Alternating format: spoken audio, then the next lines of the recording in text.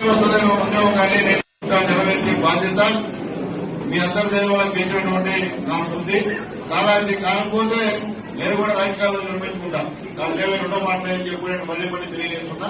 ఎవరు చెప్పరు కానీ నేను చెప్తున్నా. ఎందువల్లంటే దానికోసం పోరాడా, 2 సార్లు అసెంబ్లీలో మాట్లాడా. ఎప్పుడిచ్చినా ముఖ్యమంత్రి గారి దగ్గర నుంచి మంత్రుల వరకు అన్ని అర్జీలు ఇచ్చా. అలాగే నిన్న కూడా మొత్తం అందరూ 7 మంది మంత్రులకి లెటర్లు పంపించా. ముఖ్యమంత్రి గారికి లెటర్ పంపించా, లోకేష్ బాబుకి లెటర్ పంపించా. ఆ ప్రయత్నంలో మాత్రం ఎక్కడికో లోపం లేకుండా అయితే నేను చేస్తా. ఎందుకంటే చెప్పారా కట్టుబడి ఉన్నాను కాబట్టి. అంటే రెండో మాట్లాడలేదు. రాజకీయాలు వేరు, ఈ గూడూరు విషయం లేదు. దీన్ని పొలిటికల్ అయితే ఎవరు చూడాల్సిన అవసరం లేదు. దీని మీద పొలిటికల్ విమర్శలు ఏం అవసరం లేదు.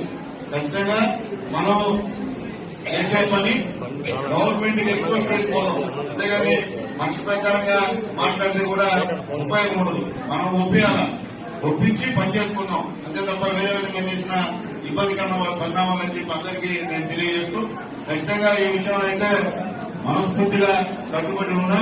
దాంట్లో రెండోటువంటి మాట్లాడలేదని చెప్పి కూడా నా గూడూరు నియోజకవర్గ ప్రజలందరూ కూడా తెలియజేస్తున్నా. ఇప్పుడు కూడా ఎక్కడ కూడా ప్రెస్ మీట్ పెట్టలా, చెప్పలా.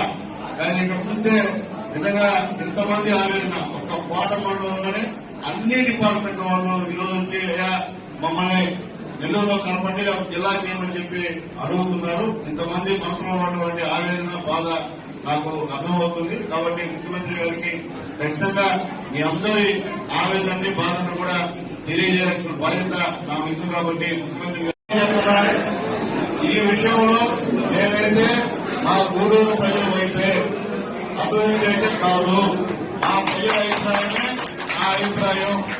దీన్ని ఖచ్చితంగా ఇతరులతో ఏమీ నమ్ముడే పరిస్థితి కాదు. మేము కూడా సీఎం గారి దగ్గరికి వెళ్తాను, లోకేష్ బాబు గారి దగ్గరికి వెళ్తాను, విషయం చెప్తాను, వాస్తవం చెప్తాను. ఎందుకంటే ఆ రోజు ఇస్తామని మనం మాట ఇస్తాం, గూడూరుని ఎంతో కలుపుతామని చెప్పి మాట ఇచ్చాం. ఎలక్షన్ లో కూడా ప్రచారం అదే చేశాను నేను కూడా.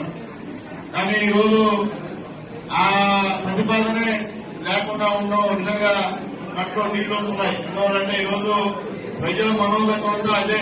ముఖ్యంగా పేదవాళ్ళు ఒక అద్దె తీసుకెళ్లాలంటే ఎంత ఇబ్బందో అర్థమైపోయింది. ఈరోజు ఎమ్మెల్యేలు పోవాలన్నా అక్కడ ఎంత దూరంగా అధికారులు ఆఫీసులు ఉంటాయో అర్థం కానటువంటి పరిస్థితి, పేదవాళ్ళు పోయే పరిస్థితి కాదు. అట్లాగే ముఖ్యంగా పోలీస్ సిబ్బంది కానీ, రెవెన్యూ సిబ్బంది కానీ, వ్యాపారస్తులు కానీ అనేక ఇబ్బందులు పడుతున్నారు. పోలీస్ సిబ్బంది అయితే ఎక్కడ ఏం జరిగినా మన గూడూరు సంబంధించిన వాళ్ళు డ్యూటీకి పోతారు. అన్యాయం. నేనైతే 2 పోలీసులు ఏడ్చాను ఎదురుకు వచ్చి. నిజంగా వాళ్ళ నుంచి కడుపు పడిపోయింది. అంటే ఇంటి బాధలు పడతా కూడా మోర్చుకుని వాళ్ళు బయటపడలేక గమ్మున్నారు. కాబట్టి ప్రజల యొక్క ఆలోచనని ఖచ్చితంగా సీఎం గారు అర్థం చేసుకుంటారని చెప్పే నమ్మకం మాకుంది. దీంట్లో కూడా నేను మళ్ళీ తెలియజేస్తున్నా పత్రికా మిత్రులు కూడా, నా ప్రయత్నం అయితే ఖచ్చితంగా నేను చేస్తాను.